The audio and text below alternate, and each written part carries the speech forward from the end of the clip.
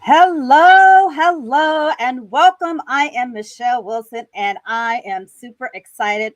We have a special guest, Renata Mazu, and we are going to be talking about how to transform your life and your business. But let's learn a little bit more about Renata. When I think about resilience and growth, I think of Renata Mazu.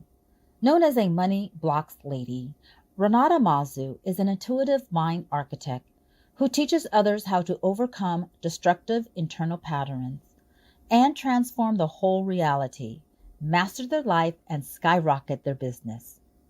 Renata is a sought after coach, healer, speaker, and author who has helped transform hundreds of lives and businesses across the US and globally.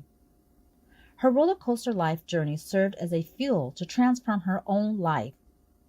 Renata stopped running from her past, healed traumas, tore down and rewrote deeply rooted destructive beliefs and self imposed limitations, and developed a highly successful system that allowed for profound transformation. Renata's greatest passion is to work with entrepreneurs to master their lives by applying her unique inside out approach that not only supports them in building a strong internal foundation, shifting their identity, developing a deep sense of inner security, confidence, and strength, but also transform the way they do business and enables them to grow businesses faster and easier. And now, a guest on Ignite Your Essence TV show, Renata Mazu. Welcome. Welcome. How are you today, Renata? Hi, Michelle. I'm so good to see you and be here. Thank you for having me.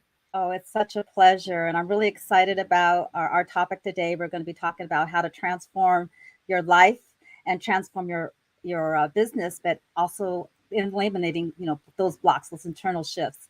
And so before we get started, in the intro, we talked about you are an intuitive mind architect and that you're known as the lady block, right? That you block money's block people's blocks.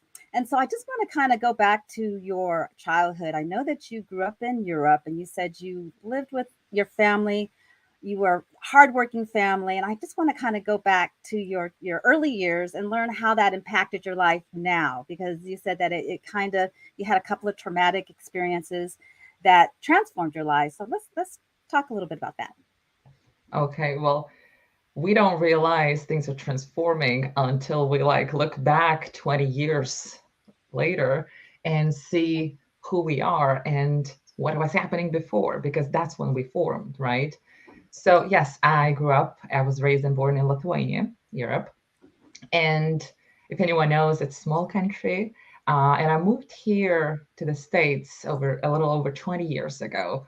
And my career path changed over and over again because I was trying to find myself. You know, people like trying to find their purpose, what they're supposed to do here in life. But there was a point in time where nothing seemed to work. Whatever I turn, whatever I do, it's like, it's not me. It doesn't work for me. And I remember there was one crucial point in my life where I was with my daughter in her doctor's office and I have a complete meltdown. My tears flowing and I just cannot stop. It's just this bad state that I'm in. And I feel the worst mother, the worst person, the worst wife at the time. And nothing seemed to be working. On the surface level, I mean, it's a great life. I have a great job with the state government, yet I feel miserable in it. I have real estate business, I have travel business. I walk away from these. I had that 6 month old baby on my hands 24/7 because I couldn't do the job anymore. And then, on the top of all of this, a major trauma that I had like 20 years prior just hit me into the wall and I thought I kind of dealt with that already. I thought I kind of put it aside and away from me. And I just felt like I hit the rock bottom. And then my body starts breaking down. I cannot sit for more than probably 10, 15 minutes at a time without excruciating pain. At that time, I didn't know that emotions and they get stored in the body. Wow. And then the physical body starts breaking down until we actually take care of those things that were before. So I had to break myself apart, literally, like break every single inch emotionally, mentally, and see what's happening with me, what's wrong with me. That was the question of my life. What's wrong with me? And I remember I turned into every book I could find. I learned every modality. I did meditation, NLP, Psyche, tapping, seventh play. I mean, you name it. I probably tried it. And I found that there's actually nothing wrong with me. That was like the biggest revelation. What was wrong was all those experiences, all the observations, all the things I've heard that they were told me. And sometimes it seems like there is nothing wrong when we're a child is like put down, like it's like you cannot do this, you're not good enough, you're not this or that. We as children, we take it literally. We don't have the reference point at that time. So we start thinking that there's something wrong with us. Otherwise, those people would not tell this stuff. So I had to do a lot of work. I had to heal myself, rediscover who I was, and start building back that life and who I was to rebuild that identity that I had built before through the other people's lens. So one thing I learned, and that's my main message to everyone, is there's nothing, absolutely nothing wrong with you. Look inside and see what's happening internally, what you're not happy about, what you see around that you don't like, and then start working on that. See where it's coming from. And a lot of times, and I had this myself, a word said to us, we just take it as trauma. And then we filter all our life through that one word sometimes. And it's like a root, like one root branches to another, then it's getting bigger and there are more and more and more. And the next thing you know, you're crashing down and hitting the rock bottom. So I don't want to expand too much, but No, that's amazing. I think that's really profound. You said through all your work that you really realized that there's nothing wrong with you or there's nothing wrong with us. It's really Mhm. part of that transformation in life, it sounds like. And I know we're talking about transformation. And so I have a question for you, Renata. Our topic is about business and our life and those eternal shifts. But to you, what does transformation really mean to you? It's nothing else in my eyes as going from point A to point Z, or even A to B. It's that change that we feel inside. It's how we shift what we feel. And it's to feel from miserable to a little bit better, to good, to greater.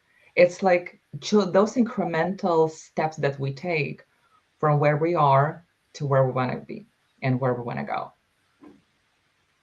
Wow.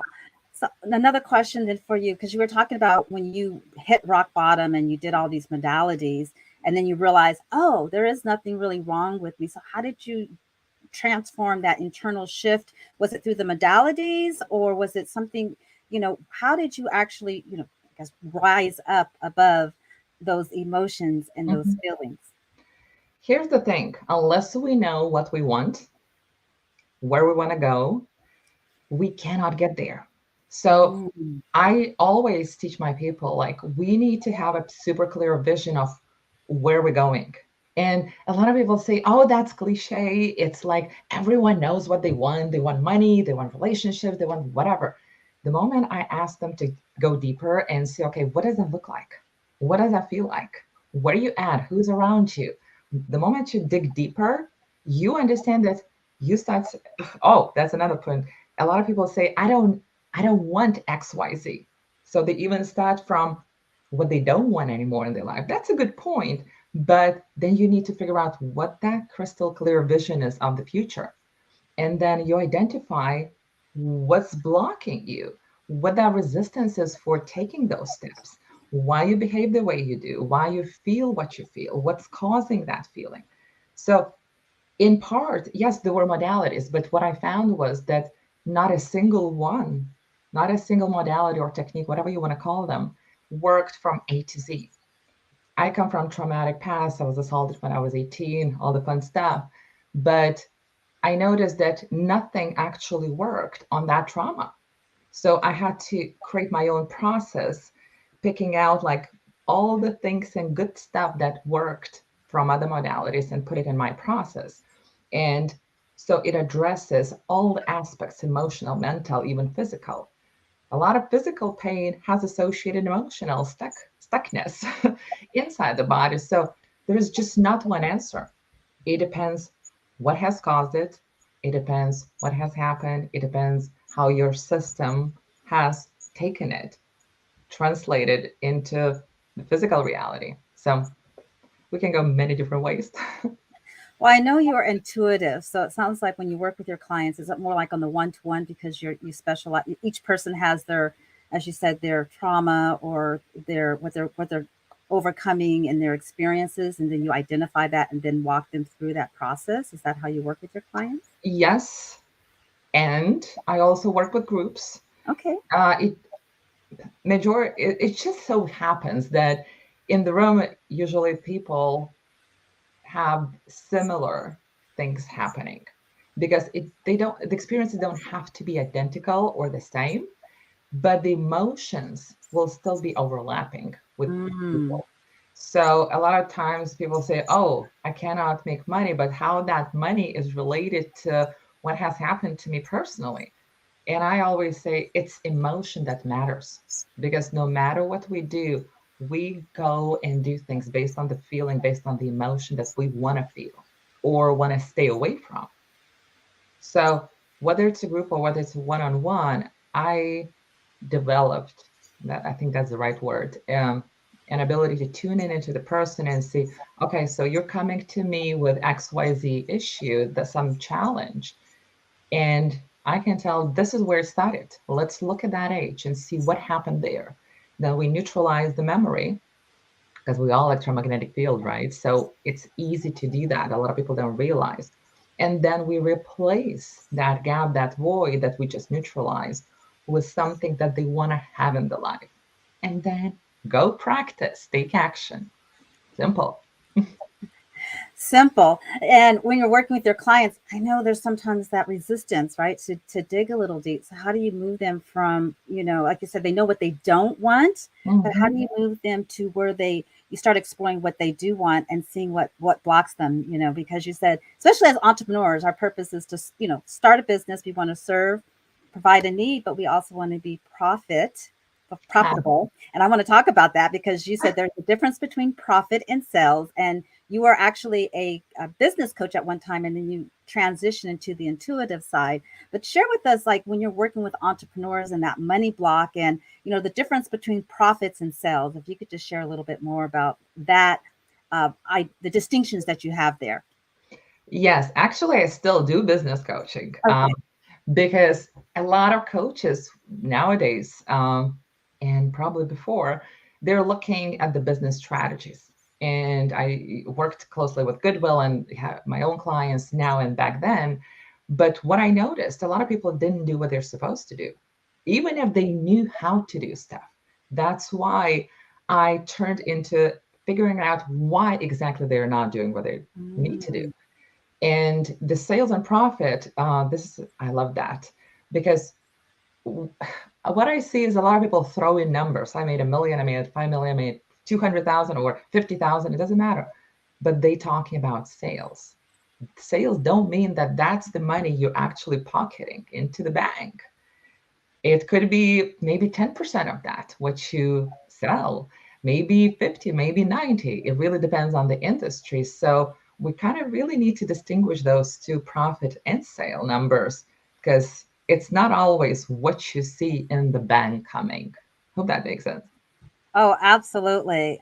It's about, because you have your expenses that need to get paid Yeah. and so forth like that. So the true profit. And I do know there's people that do, or, entrepreneurs and professionals that do make a lot of money, but the bottom line is the profits after everything else is paid. So Yeah. thank you so much for that. And so when you're removing the money blocks, so you're really dealing with the internal emotions, and you identify that emotions and feelings, there's different types, but each person deals with them. I'm say deals with them, but actually, how can I say? I've just had a money block.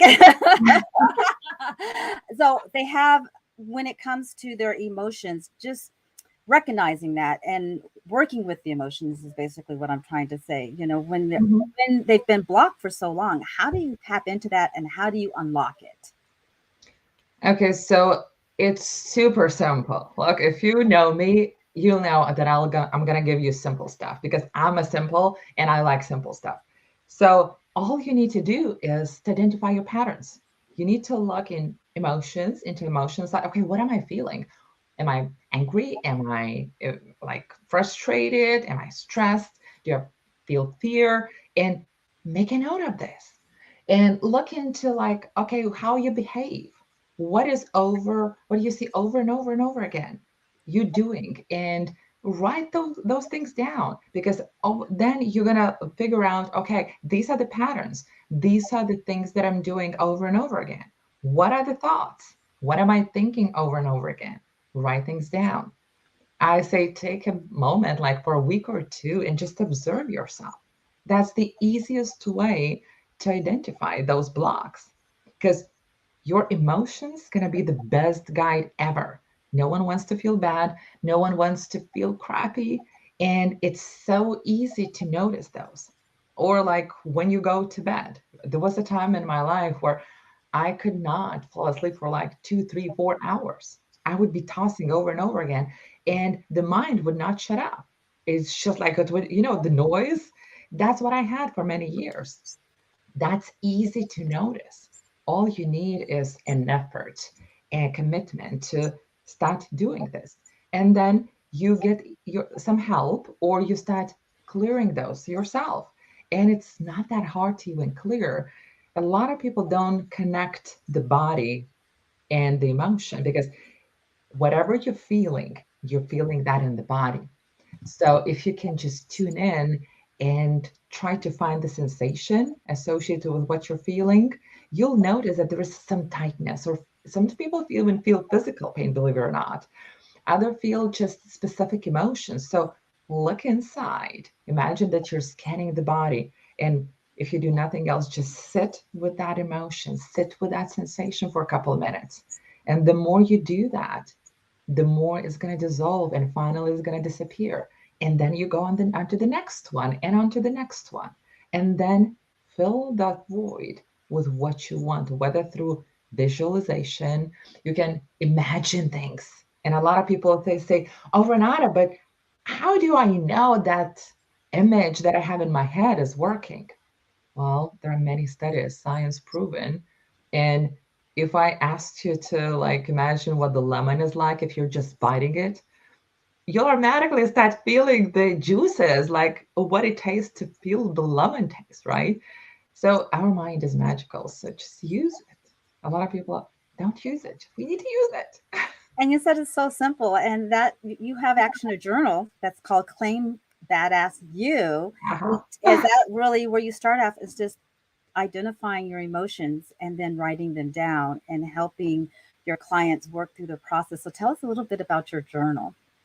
Well, I have it right in front of me, Yeah. but the journal it's 200 prompts. Those questions that every day, 4 questions a day, or you can go by several days. But it, a lot of people say use affirmations. I don't really believe in that unless you actually use a specific process because a lot of people just say blindly, I'm successful, I'm powerful, I'm my magnet, whatever. Okay, so if you say I'm successful, what exactly does that mean? Does that mean that you're successful in cooking breakfast or walking across the street or driving from point A to B? It can be anything.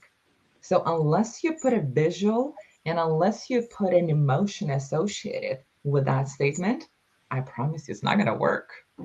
Uh, so that particular journal is your starting point to start becoming aware and start identifying who the heck are you and look, just learning more about ourselves because we don't know who we are. We don't know what exists right now in us. So therefore, how can we change if we don't know even the starting point? So that's the main purpose to self-discovery, to get to know yourself and to start eliminating what doesn't need to be there. So it sounds like, clarity is really important in the process of transforming your Mhm. life, but it's asking those questions so you can dig deep. And it's that internal work. And you work with the internal part of your clients to help them reveal what it is they want, what their purpose is. And I mean, and it sounds like you've done that for yourself, and now you're able to guide others through that same process. So Yes. yeah, so tell me like a success story of one of your clients. I would really love to hear how you took in a client. Maybe, you don't have to get really, really in depth, but just how you took them from where they were really blocked and you were able to help them walk them through the process to really change and transform their life to where they're more happier and joyful. Gosh, I need to pick one. Oh boy, how much time we have? No, the thing is, if people are willing to put in the work, they will achieve the results. Now, I cannot guarantee what type of results they're going to be.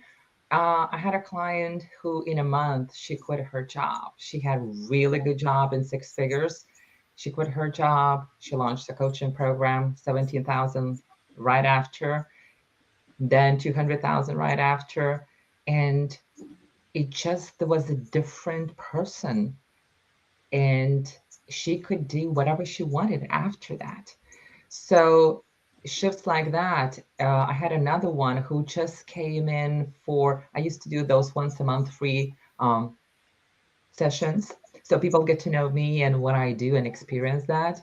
I had one gentleman coming in there. He was trying to write a book for 2 years and he wasn't successful for whatever reason. After just one session that we were in the group setting, um, he was able to write not one but seven books in a week, a little bit over a week period of time. Another client quit her job. Then another client made 25,000 in a week after trying for a while. It just like there are a lot of those examples, and I cannot just pick one. I'm sorry, Michelle. Well, actually, those are phenomenal examples. And you say it's so simple, but it does take work. It does take commitment. Exactly. It's like, Look, I've gotten some people telling me, Renata, I'm just gonna lay back in my chair and you do the work, and I'm just want the results. And look, we have to plant the seed. We have to nurture that seed. We have to do some work in order for that to grow, right? So that nothing's going to happen if you're not invested in yourself, if you don't want to do the work. You're absolutely right. so you talked about the gentleman and writing 7 books after trying to Mhm. write one book in 2 years. Would you say the block is procrastination, or is just because of the emotion that's blocking them? I mean, we talk about like the procrastination, the imposter syndrome. We have these self defeating thoughts and so forth. Is it a block that's stopping you or stopping us, or is it, what is it, that really that transforming moment where there's like, it's identifying that emotion and thoughts and feelings, because I know that they all are related to each other. I love what you just mentioned, procrastination. What we need to realize is procrastination, for example, is the outcome. It's the end Mm. result. It's not the block, it's not the root cause, it's what we see at the end of the road. So it's caused by something. And usually we procrastinate because it's not safe for us to do something, because we have this expectation that something bad will happen, or something's not going to go our way, or not how we want to see things. So therefore, our system just kicks in, and we just put up this defense mechanism that, oh, something may have happened in the past that we were not successful at, or there is a potential that something may go wrong. Therefore, we're going to withhold and just not do something. And that's how we go and grab a bite. That's how we decide that, oh, we need to do a laundry instead of actually emailing someone, because we're in the protective mode all the time. So we need to understand, okay, what's exactly causing that protection to be up, that wall to be up, so we don't take action, we don't do things, And instead of we just go back into the safety and what's familiar, because yeah, that's important. So safety and what's familiar. So it really sounds, the bottom line is it's the fear that's stopping us, but identifying what that fear is coming from. So you're saying like procrastination is the outcome, but there is Mhm. something that went on in our past that's either triggering or bringing up memories that is creating the block, and the outcome is procrastination. Is that what I'm really understanding? Yes, yes, the outcome. A lot of people try to change behavior, which is Yeah. what created the last, because what how we behave is based on all the learning history we had, what we seen, observed, how our values were, or actually what values were put in on us, right? So all that fun stuff has created the behaviors. And what I see over and over again is people, oh, I'm gonna now change how I do things. If your system is not supportive of that change, nothing's gonna happen. You may be successful for a day, a week, a month or so. You're gonna go back to the old stuff no matter what, if what you have internally is not supportive. And we create those stories, how we supposed to be, who we are, and what we should or shouldn't do, and they just going to run on autopilot no matter what, unless we shift and change what that autopilot is about. Hope that makes sense. Yeah, it makes absolute sense. So, our behaviors, we're focusing on the behavior, but Mhm. that's still just a symptom, right? It's It still a is. symptom. And I love that word because I use it all the time. that's just a symptom. So it sounds like it's really about awareness and being more aware of your thoughts, your feelings, and where that plays, that you're able to shift internally and unlock yourself. And I want to continue our conversation because my next question is going to be about habits. Because Ooh. we were talking about habits and how this all plays in. But I want to go ahead, and we have an amazing sponsor, the Los Angeles Tribune, and I just want us to learn a little bit more about the Los Angeles Tribune, and we'll come right back.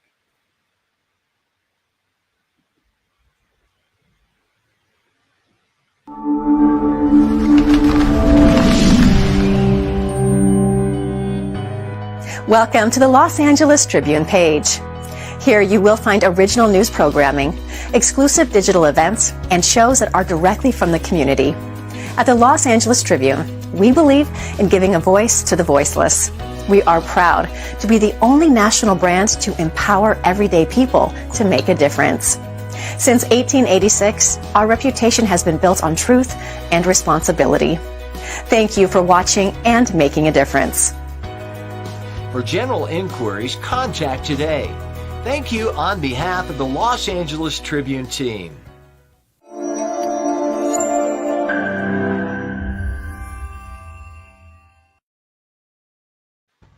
And we're back with Renata. We've been having an amazing conversation today about, your life, your business, and how to, transform those internal shifts. And so we just talked about, behaviors, and we talked about outcomes like procrastination. Now I want to talk about habits. How does that play into this vortex of changing and transforming? Okay, tell me more about what exact happens. So you So ask. a habit is, we talked about our behaviors, and we're trying to change Mhm. our behaviors. And there's a saying like, do something for 21 days becomes a habit, right?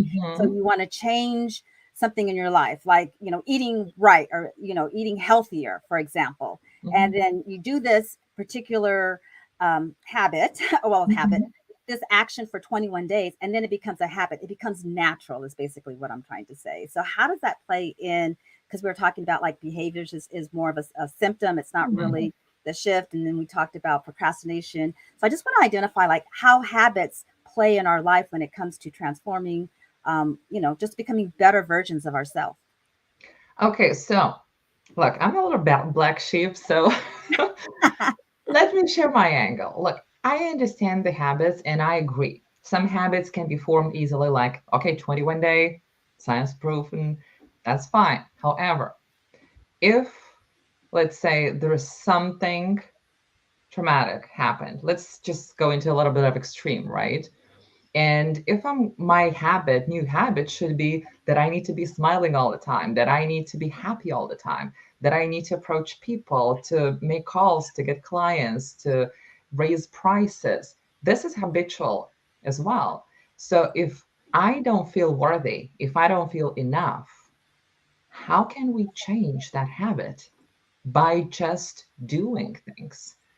It's just we would be forcing a little bit ourselves and actually creating more resistance around that. So some habits, yes. Other habits, and I'm talking about more emotional, mental, internal stuff, I say we need to get back to the seed, that root cause where it all started, because you can force yourself to smile, you can force yourself to start approaching clients, but people feel energy. So if you change the way you do things and start a different pattern, a different habit, yes, it will work. But will it give you the greatest results? I don't know about that. That's questionable. So I hope that makes sense. Yes, that absolutely does make sense, and thank you for that. You're talking about, well, I like how you're just breaking it down, and I love that you're saying, you have a different perspective, and that's how we shift with different perspectives. And you actually have a free gift that you talk about worth. So, like, if worth is that more of a feeling, an emotion, like not feeling worthy, and then is it the experience that created that feeling, and then you help your clients work through that so that they can change their thoughts into more of a positive worthiness. So I know you have a free gift that you're offering, but is that really the process of the system that you have developed over the years? Yes, it is. And yes, when we look at the worthiness, I mean, the easiest way to see what we think about that is to actually ask, okay, how easy for us is to, let's say you're an entrepreneur and you don't, I mean, you want to charge more, but then you automatically think, what if no one is going to pay me? What if I'm not able to uh, produce what they're expecting me? What if I'm not going to able to do the results? Or what if people judge me? So see how all those questions kind of put yourself like in a lower space and more in the in the back seat, not in the driver's seat. So we automatically generate not so good emotions there. So therefore, a lot of people attach their performance levels to the worthiness. That is especially common to the high achievers, because the better they perform, they feel that they're worthy of something, they're good enough, they're better. And that's why they try to prove to the world through the performance. But the moment they make a mistake, the moment something falls through, they feel down. So they feel, oh, I don't deserve that much money. I don't deserve that salary or that client or that project, whatever that is. So we always need to look, what is the underlying thing? What is that autopilot? Because, and I hear a lot of people tell me, Renata, that's almost like not nonsense, because we can control with behaviors. But let me ask you something. Those, and this goes back to the habits. So imagine that you're going to the garage and you're getting into the car. So opening the door, you don't even think how you do that, right? You start the engine, you start driving. And at some point, you start daydreaming. Who is driving the car at that moment? There must be some autopilot. I agree. Sometimes I'm like, when I arrive, how did I get there? Or even sometimes when you're driving the same route and all of a sudden you see something that you hadn't seen before, and then you're questioning yourself, am I on the right path? Mhm. And I love what you were talking about, that worthiness. So it's really about asking yourself empowering questions, especially if you're a high achiever. We always look at what we're not doing as opposed to what Mhm. we're doing. So in the process of asking our questions, the internal questions. So it sounds like questions is what's really the most empowering part, is asking those questions about, what you want and how you want to achieve. But just changing your focus also sounds like through your process, when you're changing, or that eternal dialogue that we have.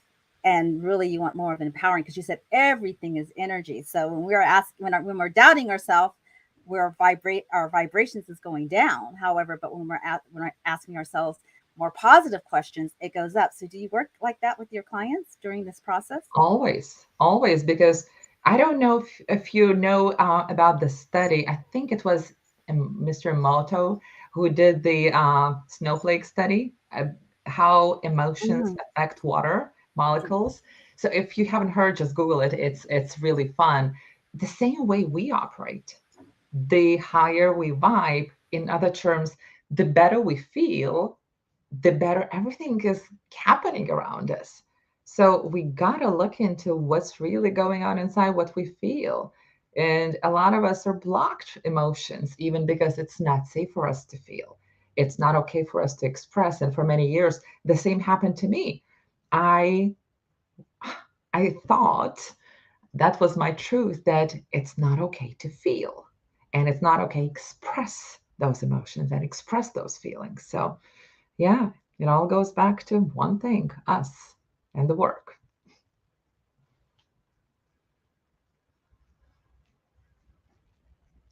Are you still there?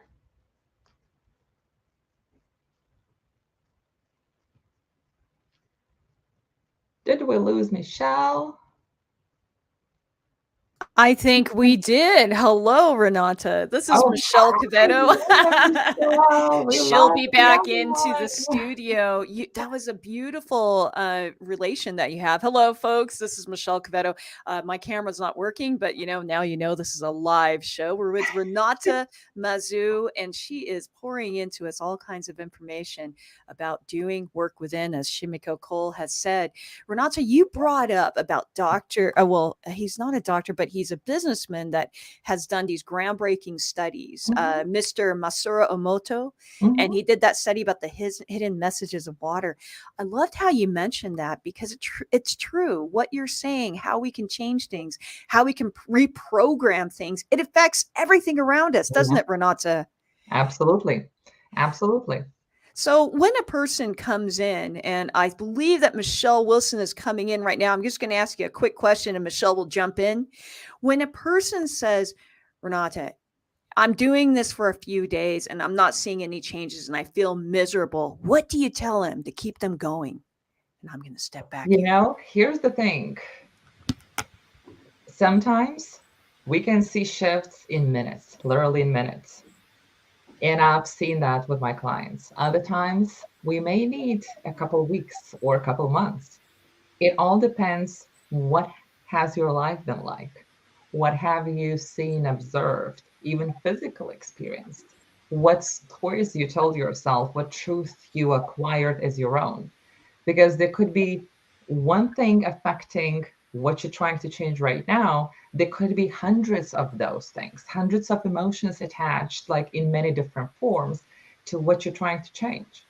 So if someone was shutting you down or told you shut up, like when you were a child, you may have created those truths that, oh, I must not be important enough, I must not be good enough, or I must be saying something wrong all the time. So they don't love me. That's why I need to stay away from people, because I'm not good enough for them.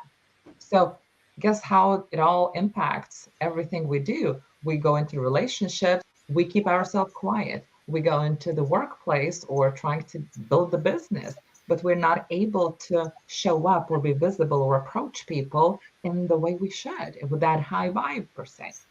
So yes, it all affects each other. Sometimes we can have the results really quickly. Other times it may take a little bit while. So the only way is just be kind to yourself. No matter how long it takes, be kind to yourself and trust the process and build that trust in yourself. I hear that it sounds like that our childhood really impacts us when it comes to our future and our present moments. And we really do need to be kind to ourselves. And it's about awareness. And through awareness is where we can grow and shift. It really sounds like it's so key. And through the process of working with your clients, do you find that sometimes it takes, like when a child experience, I know I just saw a comment that from Shimiko says shifts can happen in a minute. When that shift happens, will that memory come up again? Or when it shifts, it's actually, I'm gonna say permanent, but they're able to move on with their life and still continue to create and grow? Or does that memory sometimes come back again? Because sometimes I feel like, I know I've worked with clients and we work through something, but then that something triggers them and they go back to that moment in their childhood or in that life that was traumatic to them. So is there a way for us to really move past that experience? Yeah, absolutely. here's the thing. You can clear, what I call clear or neutralize memory. Here's what it means. It doesn't mean that you're going to forget about things, but you will kind of detach emotionally from it. So you know that something will happen to you, but you will not have emotional attachment. You will not get angry or frustrated or hurt or painful, whatever that was for you. You will be looking at a tree standing on the street and I'm like, oh, that happened. I may not agree with what happened, but I'm okay. I'm okay. And yes, you will remember things. Sometimes we block the memories, and there's a reason for that. But you will remember and you will move on. But the reason sometimes we go back to some events, it's not because that emotion was not cleared, but because there was something else happening there. Maybe there was another emotion evoked. And what we need to understand is how those traumas, how those things and patterns are being created. Because usually there has to be something happening that evokes a strong emotion. That's how we build those memories. Because if I asked you what you did last Tuesday, what you ate for breakfast, it probably is not going to be easy to remember because it wasn't any special event, probably.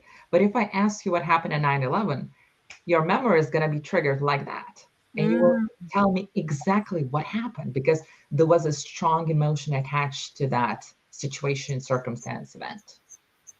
Wow, that is amazing. So neutralizing is really Mm-hmm. once you identify, and there could be different emotions in one situation. So you really work through Yes. neutralizing each of those emotions. So our emotions are so powerful. That's where the energy is coming from, whether it be positive Yeah. or negative. It's through our Mm-hmm. emotions. So, and I There are think layers and layers and layers. of So emotion. for us to get to the core, I mean, we have to unpeel a lot of stuff. We have to unpack a lot of mental baggage and get to the core. And especially in business, because we're taught in business not to bring our emotions in business, right? This is business, Mm-hmm. and let's work through it. So when we're doing business and things aren't going kind of the way we want them to go, then we really do need to look at our emotions, because I know for me, I detach my emotions from business because I just I got to get this done. This is the way it needs to get done. However, there's a block when I'm not achieving what I thought I wanted to achieve. So really going back to, it sounds like, those emotions to see maybe what's blocking me in that process when I'm maybe working on a project in business. Does that sound about right? I totally agree. Sometimes we need to put emotions aside so they're not interfering with what we need to do. However, other times, look, if we don't operate based on emotion, we're just robots. Look at the sales process. I mean, we always sell based on emotion. Why we buy a car, the car that we want? Because there is some sort of meaning attached to that specific brand or how it drives or what it looks like or whatever else. Why do you buy this particular table and not the other one? Because there is something that makes you feel good about it. So no matter how much we try to detach from emotions, we always going to go for to feel more of something or to feel less of something, to go away or go towards. So we cannot really separate it. A lot of people say, oh, we need to do the business. Yes, but you deal with people. You work with people. You cannot have business without other people because someone has to pay you. And you need to show that emotional side, what you can do for them so they get fulfillment, so they get result of what they want, whether if you're booking travel. So they want that exhilaration maybe of the travel. They want maybe relaxed state. Whatever else, we always operate based on emotion, no matter what. No matter what other people say, that's my opinion. So no matter what. So how would you say, as an entrepreneur, working with our emotions, and I want to go back to, your client about the procrastination. I love that story about, 2 years, couldn't write a book, but then after you worked with them for one session, he wrote 7 books. So going back to the emotion part, and we were talking about energy. How do we raise our energy, especially as entrepreneurs, and our emotions, to be more on the positive and what we want as opposed to what we don't want? Is there a way that we can monitor ourselves? Because it sounds like we're having that internal dialogue all the time. And I know you said about, writing it down and journalizing, but how do we monitor that, especially as entrepreneurs? And we're working with different types of people all the time. And so how can we monitor ourselves on a day-to-day basis? It's all about the effort and intention, because sometimes, yes, we forget. Some of our clients are in 70 figures and they're really busy. And it's sometimes hard to say, like, and they're like, Renata, I don't have time, I forget. Look, in these cases, I say a simple solution is just set reminders. Set reminders, check in with yourself every hour.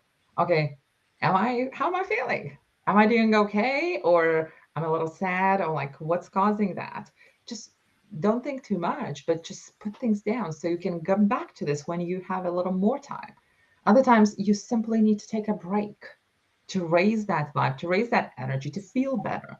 So if you do nothing else, just go outside, breathe for 1 minute. Forget everything else.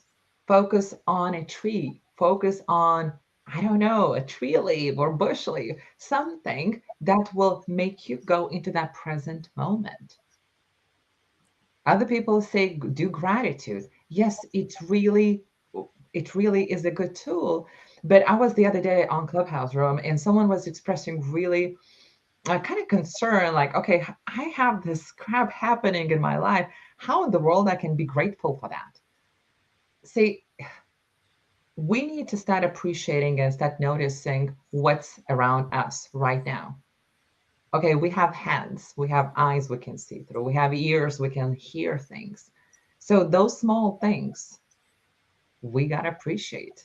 And then little by little, we start building that muscle, because our subconscious is going to look for more things that you want to observe and that are good for you. So if nothing else, start accepting, okay, I have bad mood now. I'm not feeling good, and I'm okay with that. The only thing that you can do at the moment is to be in acceptance and appreciation of what it is. I know this is not going to last forever. It's going to end. So how about I'm not going to fuss about this, but I'm just going to be in acceptance mode. So remind yourself, put sticky notes if that's what it takes for you. Set reminders on your calendar, on your phone. There are numerous things to remind yourself of things.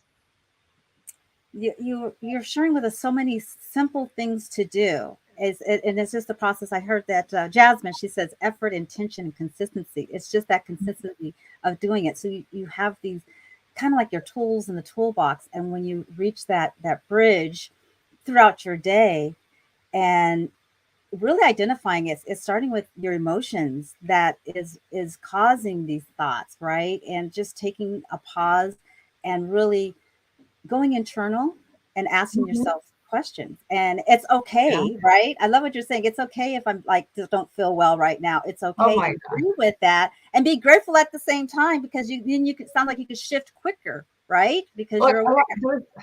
see that I love what you just said. I had to jump in because a lot of people think like, oh, we have to feel high vibe all the time. Look, we're human. It's not gonna happen. Life will happen. Our children will get sick. We're gonna get sick. Something will happen. So it's just impossible for us to feel 24/7 high vibe. So give yourself a break and just take care of yourself, your body, your environment, and people around you. So just be kind to yourself. Be kind. Wow, be kind.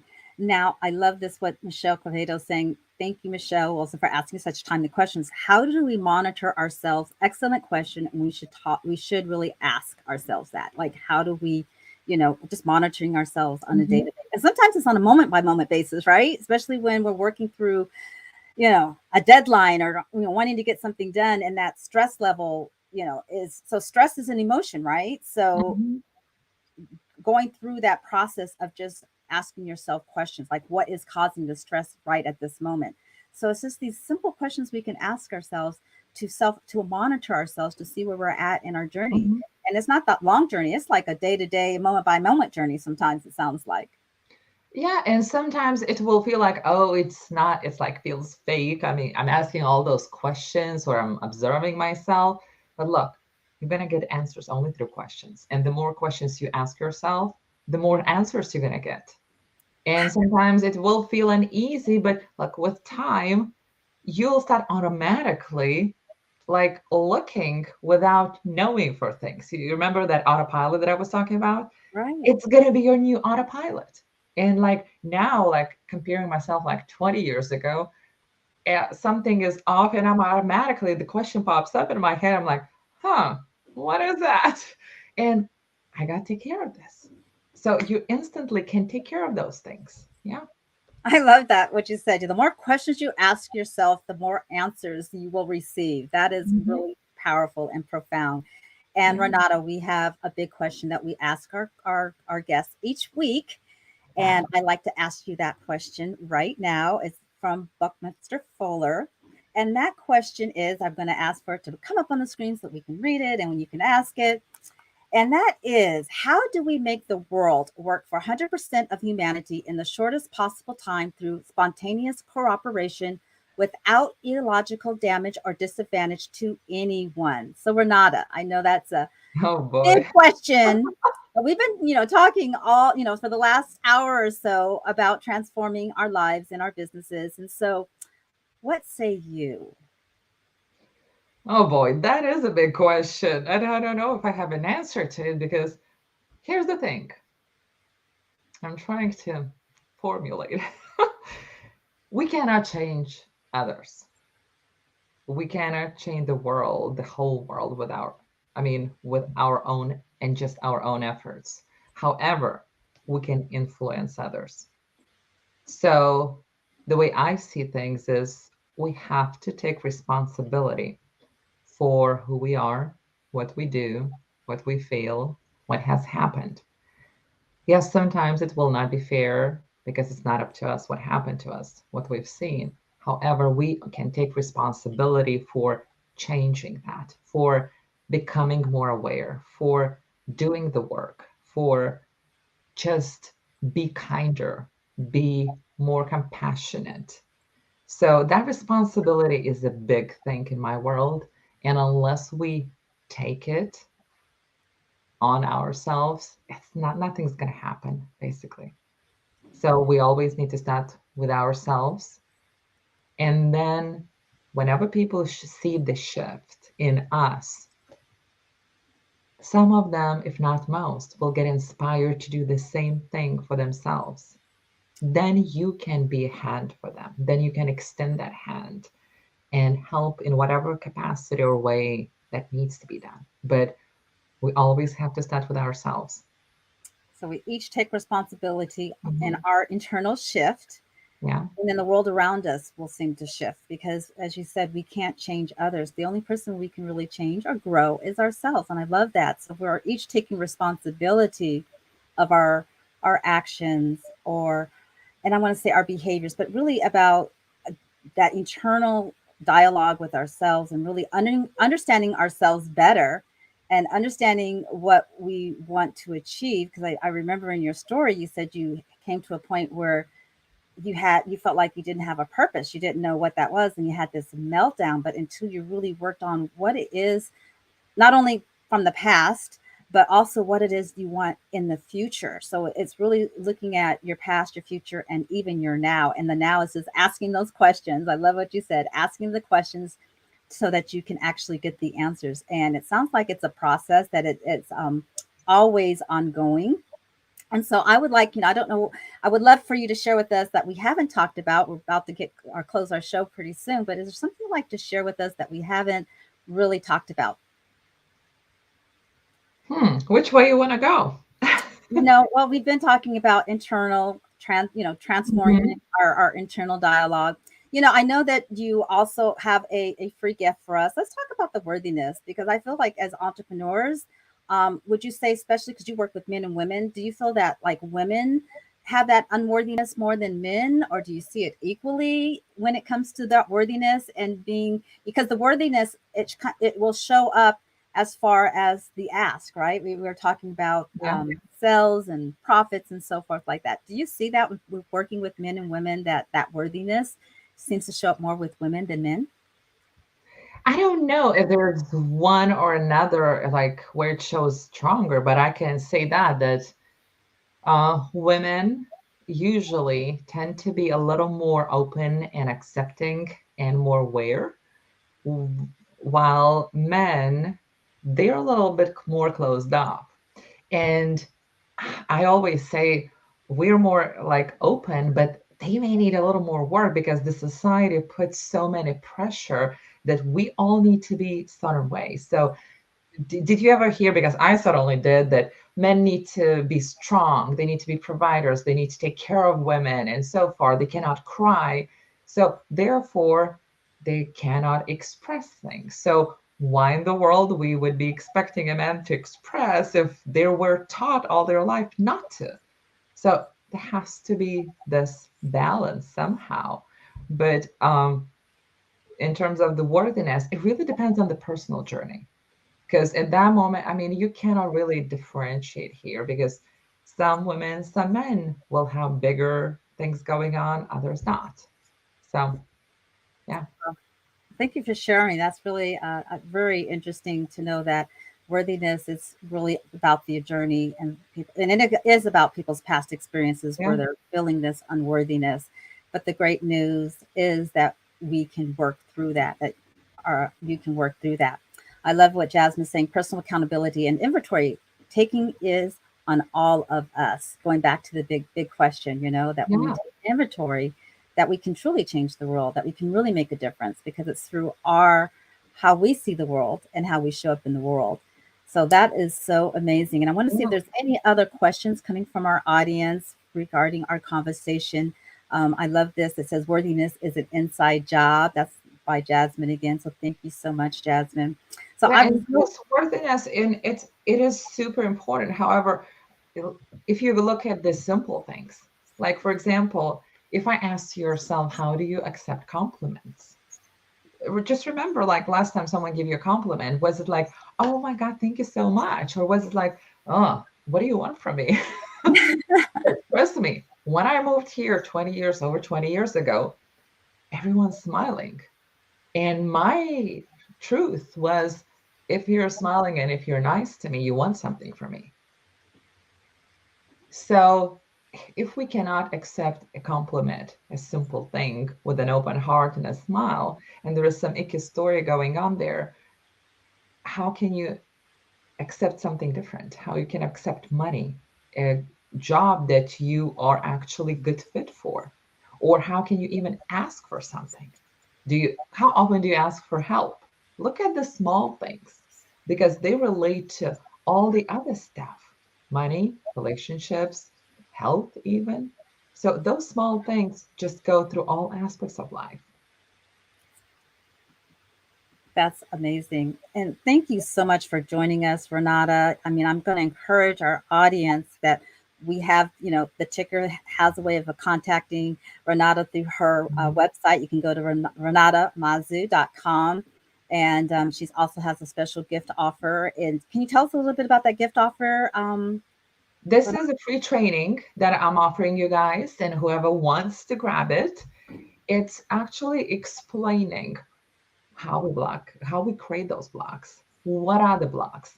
I even walk you through, gosh, I don't remember, I think about 15 or 18 blocks that you can check if you have them, and how to actually check that you have them, and how you can transform things, how you can start rewiring that brain, rewiring those patterns and habits so they literally stay within you, and not it's just going to be, oh, I'm going to get re-triggered tomorrow or a year later. So, and then if anyone wants, I'll be happy to jump on a call and see how you're blocking yourself and what you can do about that.